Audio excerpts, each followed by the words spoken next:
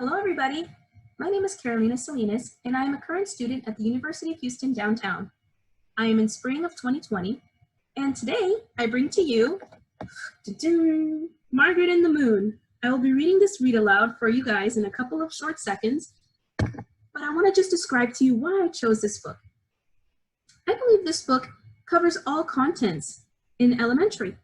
It can cover reading, writing, science, math, and social studies. And I believe, especially in science and social studies, that you can pull a biography from it because it's talking about the life of Margaret Hamilton. And for science, it talks about the moon, it talks about coding, and it talks about computers and technology. And I believe that's very relevant to today. So let's go ahead and jump into the read aloud. See you guys soon.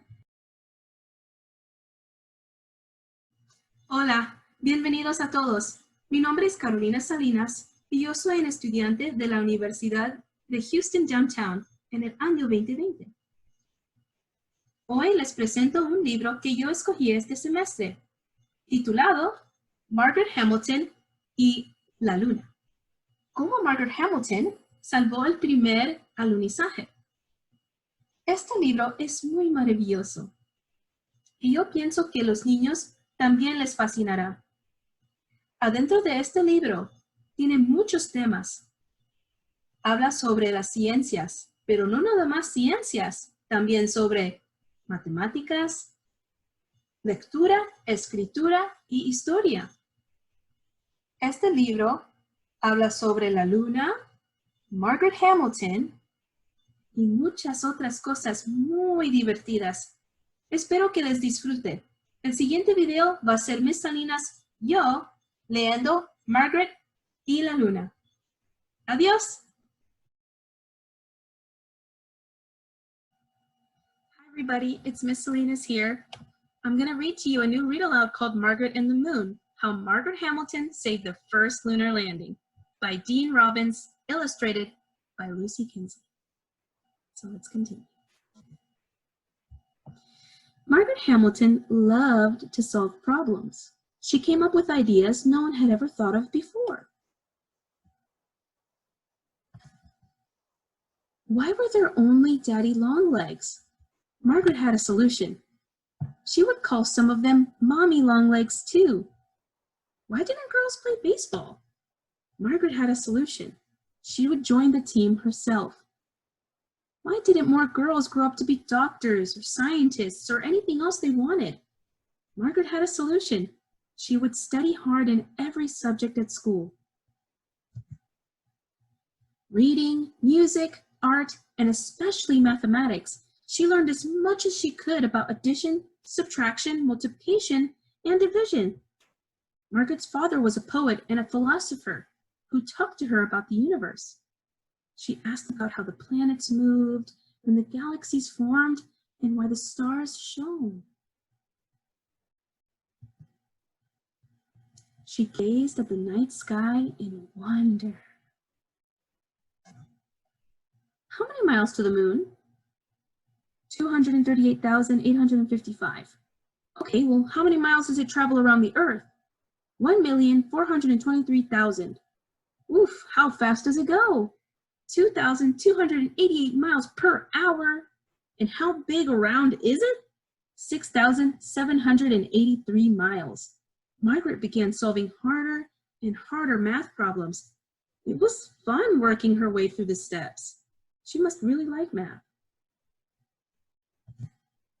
She liked moving around X's and Y's in algebra. She even liked measuring circles and triangles in geometry. She liked studying curves in calculus. And then she discovered, boom, computers!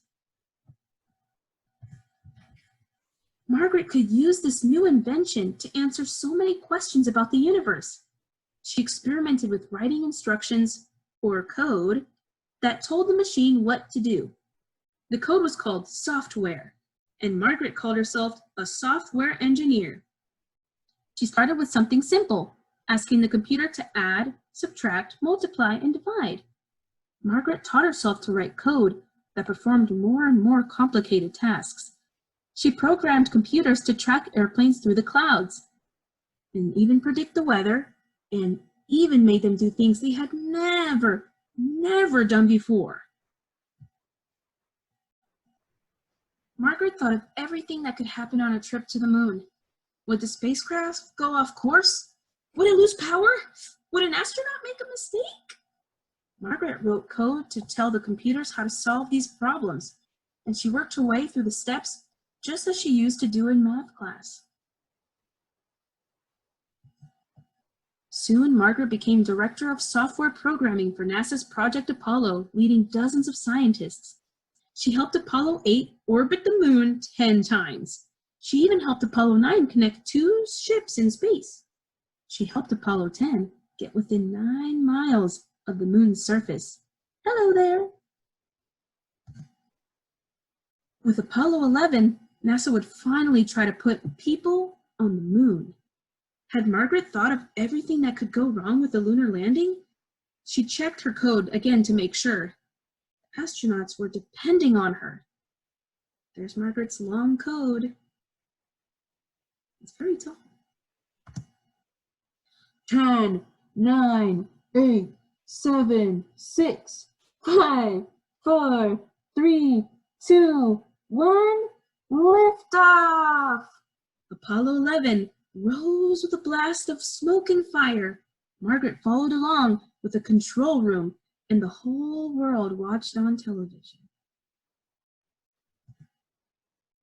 For 4 days, the spacecraft drew nearer to the moon. The lunar module, named the Eagle, split off to make the landing. Yippee! But with minutes left to go, an astronaut entered a command and the master alarm buzzed. Whoops! Flip! The Eagle's computer started performing too many tasks. Overload, overload, yikes! The control room panicked. The moon landing was in danger. Everyone looked at Margaret. Had she prepared for this problem? Why, of course. Margaret's code made the computer ignore the extra tasks and focus on the landing. It brought the Eagle closer to the moon's surface. Closer, closer, touchdown! The Eagle has landed, announced astronaut Neil Armstrong. The control room cheered Margaret was a hero. Woo, yay, woo, yay. Later that night, the Eagle's hatch opened, and Margaret held her breath. Armstrong took the first step on the moon. The world celebrated in front of their televisions. Hurrah, hurrah, hooray, hurree, hurrah, valio, hurrah! Margaret walked outside smiling. Her code had helped the astronauts get to the moon, and she knew it would help get them home safely. As always, she gazed at the night sky in wonder. And this next page is Margaret Hamilton's real-life pictures. She was a real person who helped NASA in the Apollo 11 lunar landing mission. So here's Margaret with her long code. There's Margaret in costume, Margaret at MIT, Margaret in an Apollo command module, and Margaret as a child. Go ahead and research about her after you read this book with me and after you followed along. Thank you guys so much for listening. Have a great night.